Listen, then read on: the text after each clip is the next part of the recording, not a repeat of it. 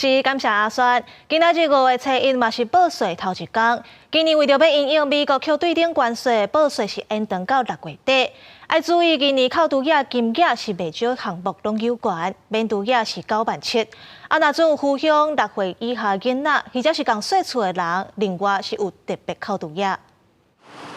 不少民众趁劳动节休假去台北国税局报税，为了避免动线伤客，国税局特别伫入口的所在做分流引导。查掉吗？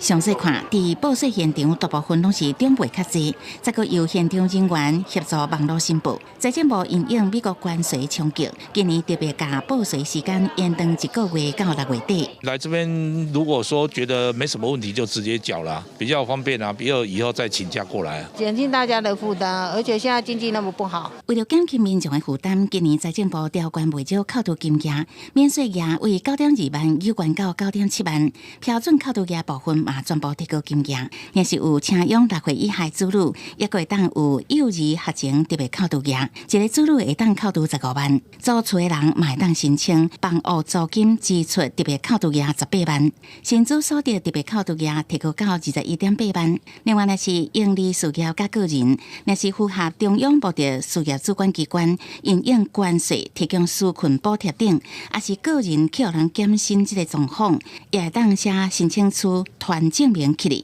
上长会当延长1年，也是上济分做36期来缴纳。审查的方式，我们国税局会从轻啦，然后从宽的方式去进行审查，然后希望让所有的民众都可以一起度过这个难关。国税局表示，今年综合所得税的退税期间无变，同款分做3批退税，头一批退税时间是伫7月底。公司新闻采访报道。